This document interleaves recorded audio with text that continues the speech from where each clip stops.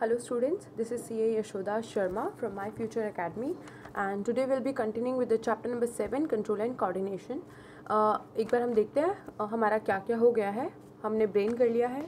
Brain हमने देखा central nervous system, peripheral nervous system, types of nerves and जो हमारा सोमैटिक नर्वस सिस्टम है और ऑटोनॉमिक नर्वस सिस्टम है. एक है voluntary muscles, control voluntary muscles, एक है कंट्रोल इनवॉलंटरी मसल्स. पूरा हमने ब्रेन का फंक्शन देखा, ब्रेन के पार्ट्स देखे कि ब्रेन की 3 पार्ट्स होते हैं, fore brain, mid brain and hind brain. उसके बाद हमने ये भी देखा रिफ्लेक्स सेक्शन में स्पाइनल कॉर्ड का बहुत बड़ा रोल है.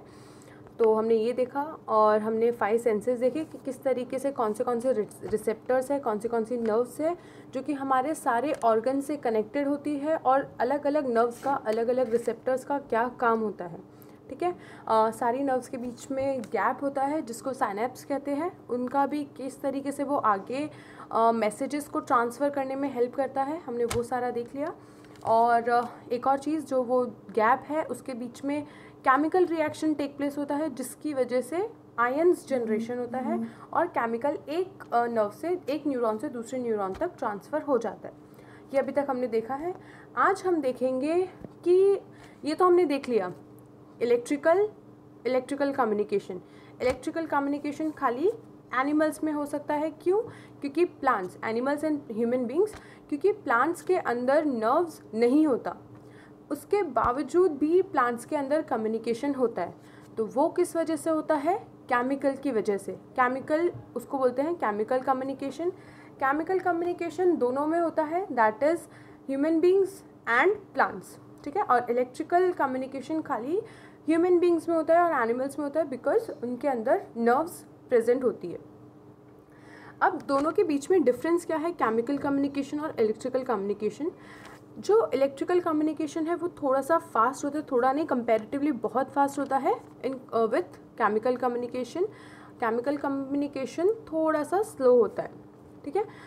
इलेक्ट्रिकल कम्युनिकेशन क्या होता है? Message reach only where cell are connected by nerves. Suppose हमारे यहाँ पर अभी सेल और नर्व्स का कनेक्शन हो रहा है, तो यहाँ का जो मैसेज होगा वो हमारे ब्रेन तक पहुँच जाएगा. इन शॉर्ट, बॉडी के जो सेल्स नर्व से कनेक्टेड है वो ही कम्युनिकेशन हमारे ब्रेन तक पहुँच पाएगा. जहाँ पे हमारी नर्व्स, जो सेल पे हमारी नर्व्स कनेक्टेड नहीं है, उसका कम्युनिकेशन हमारे ब्रेन तक कैसे पहुँचे, वो काम करता है केमिकल कम्युनिकेशन. तो उसमें हम देखते हैं कि केमिकल कम्युनिकेशन में एग्जैक्टली क्या होता है. Chemical is generated in a cell which diffuses all around the cell.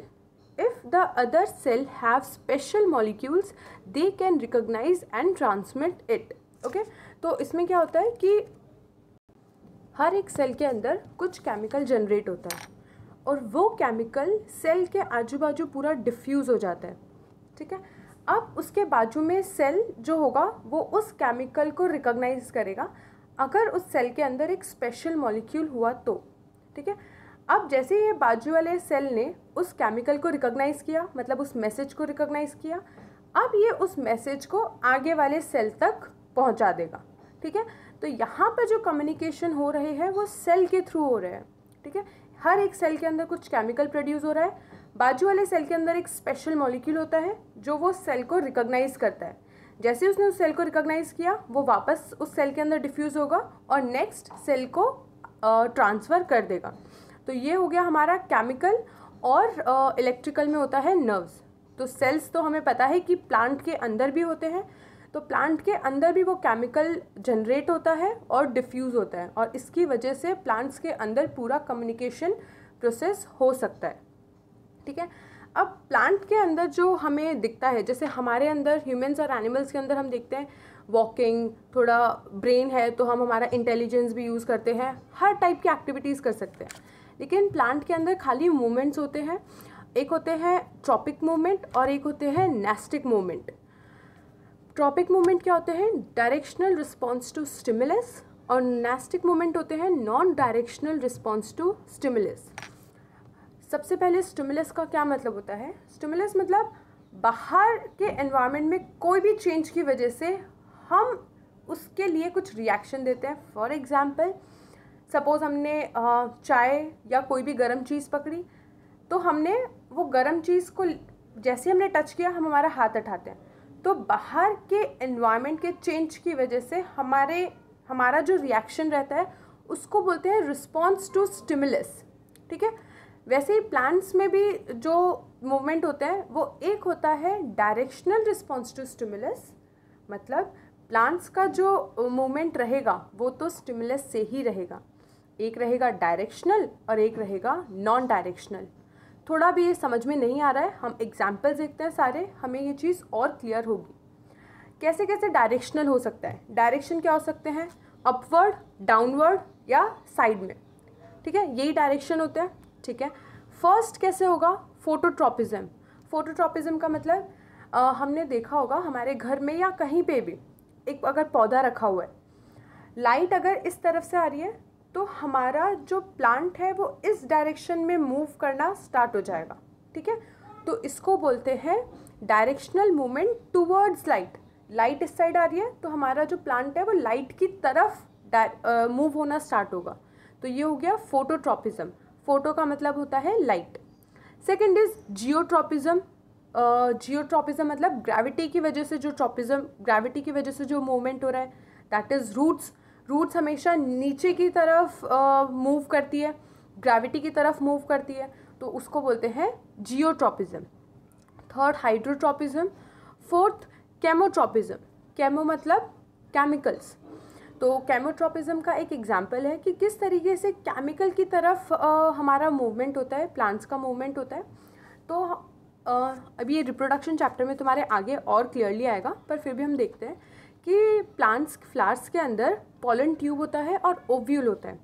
तो जैसे ही फ्लावर डेवलप होता है उसके ऊपर जो पॉलन ट्यूब होती है वो ग्रो होनी स्टार्ट होती है डाउनवर्ड ओव्यूल्स की तरफ।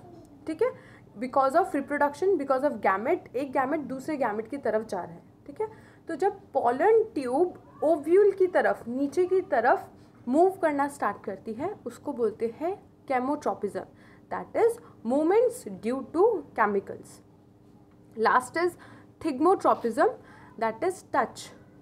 टच का मतलब हम टेंड्रिल्स हमें पता होगा, जो हमने मनी प्लांट भी देखा है, तो वो हम कोई भी चीज़ की तरफ रखते हैं। सपोज़ कोई भी चीज़ है मनी प्लांट की तरफ, तो वो उसकी ब्रांचेस क्या करेगी, कोई भी चीज़ उसको सपोर्ट मिलेगा वो उसके आजू बाजू रोटेट होना स्टार्ट हो जाएगी। ठीक है, कोई भी चीज़ उसको मिले, अगर उसको कोई दूसरा भी ट्री मिल रहा है, दूसरा प्लांट मिल रहा है, तो वो उसके आजू बाजू रोटेट होना स्टार्ट हो जाएगी। अगर तुम्हारे घर पे मनी प्लांट है या कोई भी ऐसा प्लांट है जो टच की वजह से उसके आजू बाजू मूव करना स्टार्ट हो जाता है, उसको बोलते हैं थिग्मोट्रॉपिज्म।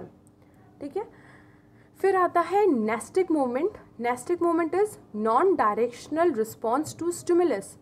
मतलब स्टिमुलस तो आ रहा है, कोई बाहर के एनवायरनमेंट से एक्शन तो मिल रहा है, पर उसकी वजह से कोई डायरेक्शन में उसका मूवमेंट नहीं हो रहा। जैसे हमने यहाँ पर देखा कि लाइट आ रही है तो लाइट की तरफ मूवमेंट, ग्रेविटेशन है तो डाउनवर्ड मूवमेंट, केमिकल तो जहाँ पे केमिकल सीक्रेट हो रहा है उसकी तरफ मूवमेंट, थिग्मो मतलब जहाँ पर टच है उसके आजू बाजू मूवमेंट, टच के अराउंड मूवमेंट। तो ये सारे कहीं ना कहीं मूवमेंट्स हो रहे हैं, डायरेक्शनल मूवमेंट्स हो रहे हैं, राइट। लेकिन नेस्टिक मूवमेंट में कोई पर्टिकुलर डायरेक्शन में मूवमेंट नहीं होता। फॉर एग्जांपल हमने यहाँ पे एक प्लांट सुना है माइमोसा प्लांट, जिसको हम touch me not be plant बोलते हैं। टच करते ही वो क्लोज हो जाता है। अब हम उसको ऊपर से टच करें, नीचे से टच करें, राइट से टच करें, कहीं से भी टच करें, वो क्लोज हो जाएगा। ठीक है, तो ये कोई भी डायरेक्शनल मूवमेंट नहीं हुआ। यहाँ पर सिंपली क्या हो रहा है, shrinkage of that leave, right. तो हम उसको कहीं से भी टच करेंगे वो लीव श्रिंक हो जाएगी। तो ये कोई डायरेक्शन में मूवमेंट नहीं हुआ, से सिंपली श्रिंकेज हुआ है। पर बाहर के स्टिमुलस के रिस्पॉन्स में हमने उसको टच किया, दैट इज़ उसको एक स्टिमुलस मिला और उसकी वजह से वो क्लोज हो गई। तो इसको बोलते हैं नेस्टिक मूवमेंट। एक और example, response of insectivorous plants. ये प्लांट्स होते हैं जो इंसेक्ट्स खाते हैं, तो कहीं से भी इंसेक्ट्स आएगा वो उसको ट्रैप कर लेंगे। ठीक है, यहाँ पर भी मूवमेंट तो हुआ, पर उनका हमेशा, जैसे हमारा माउथ है, हमें कोई चीज़ मिलेगी, हम उसको ट्रैप करेंगे, ठीक है। वैसे ही इंसेक्टिवोरस प्लांट उसको ट्रैप करेंगे।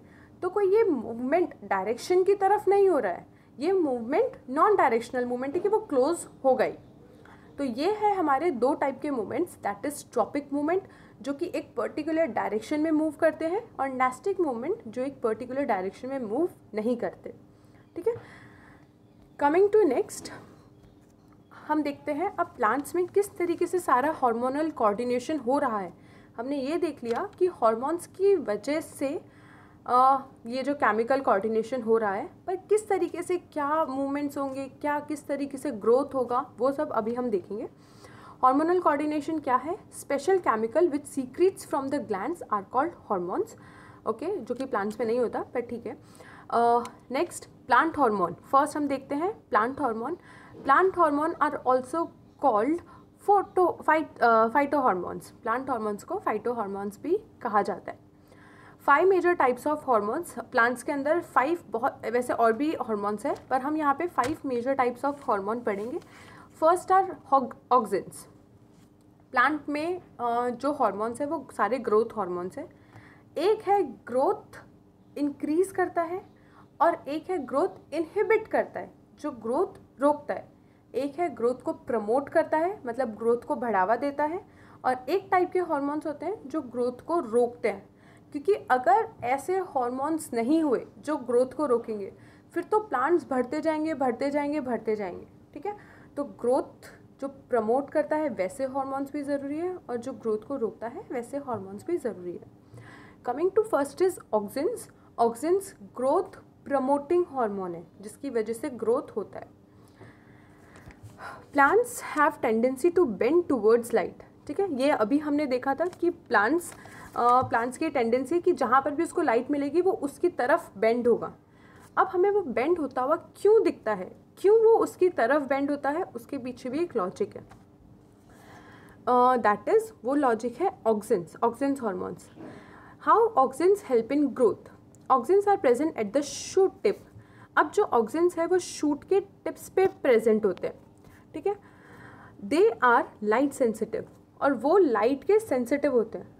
इसीलिए क्या होता है कि सपोज यहाँ से लाइट आ रही है और ये है हमारा प्लांट, तो ऑक्सिन्स क्या करेंगे, यहाँ से लाइट आ रही है, सपोज ये है, ये लाइट वाला पार्ट है, और ये नॉन लाइट वाला पार्ट है, ये लाइट वाला पार्ट है।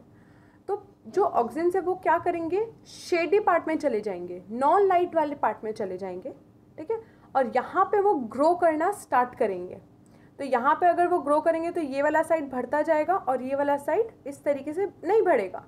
तो इसीलिए हमारा जो प्लांट है वो हमें इस तरीके से दिखता है कि वो लाइट की तरफ बेंड हो रहा है। समझ में आया? एक बार हम ये वाला एग्जाम्पल भी ले लेते हैं जो यहाँ पे किया है। देखो यहाँ पे मैंने क्या बताया है,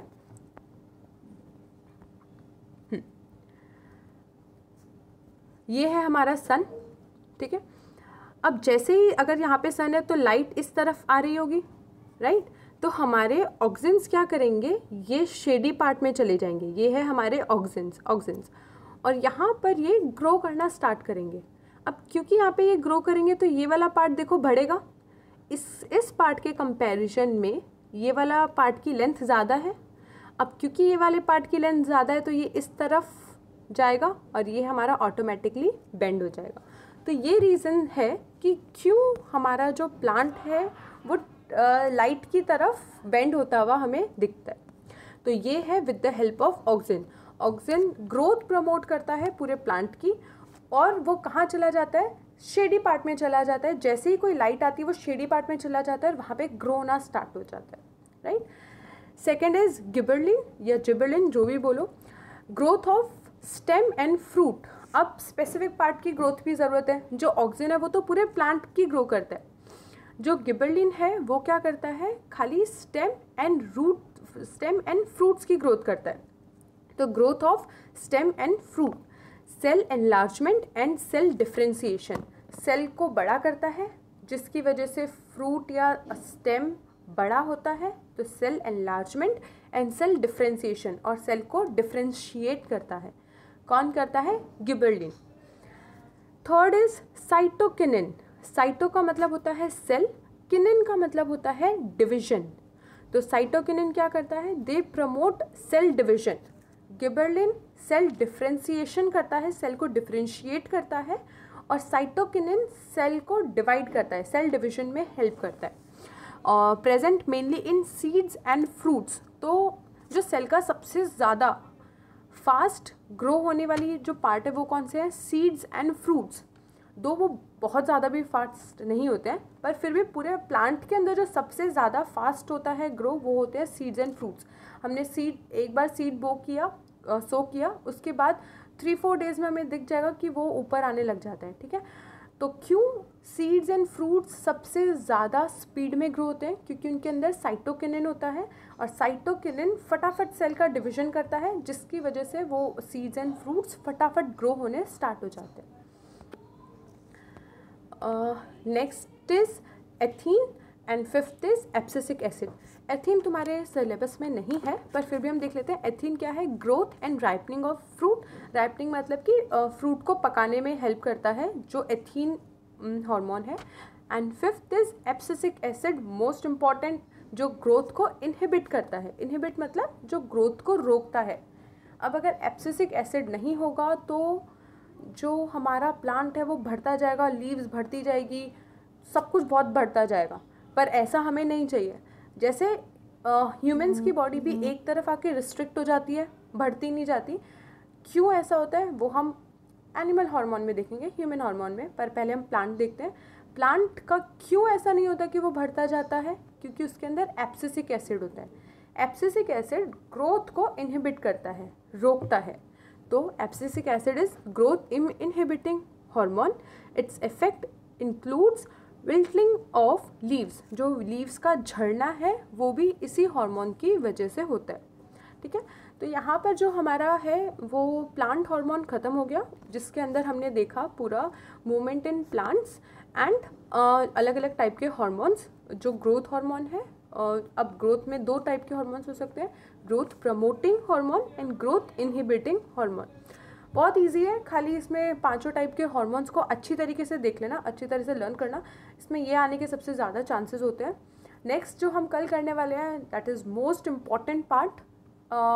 वो करने से पहले एक बार एनिमल हार्मोन रीड करके आना, काफ़ी अच्छे तरीके से और समझ में आएगा। बाकी कोई डाउट्स हो तो व्हाट्सएप ग्रुप में मैसेज करना या फिर कमेंट करना, तो मैं वो डाउट्स ले लूँगी।